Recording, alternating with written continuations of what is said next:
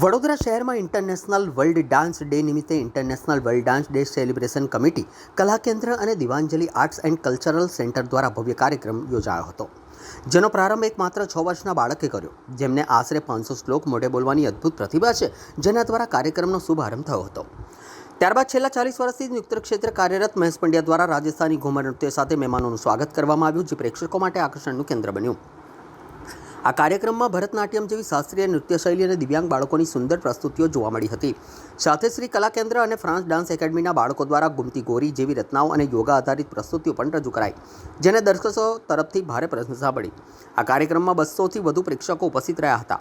મહેમાન તરીકે પૂર્વ મંત્રી રાજેન્દ્ર ત્રિવેદી, પૂર્વ ચેરમેન ડૉક્ટર હિતેન્દ્ર પટેલ સહિત અનેક કલાપ્રેમીઓએ હાજરી આપી હતી અને કાર્યક્રમને પ્રોત્સાહન આપ્યું હતું.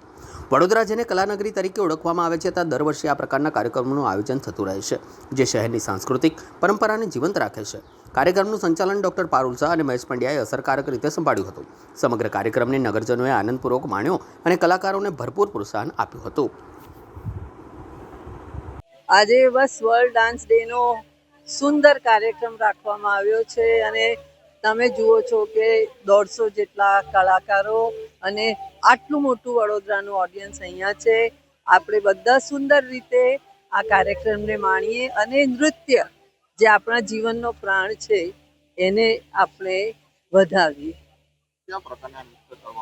અહીંયા આજે શાસ્ત્રીય, ફોક, ક્રિએટિવ, સ્પેશિયલ ચિલ્ડ્રનના, નાની ઉંમરના બાળકો, મોટા સિનિયર્સ, LGBTQ બધા જ, કારણ કે નૃત્ય ઇન્ક્લુઝિવ છે, એમાં કોઈ એક વસ્તુ નથી.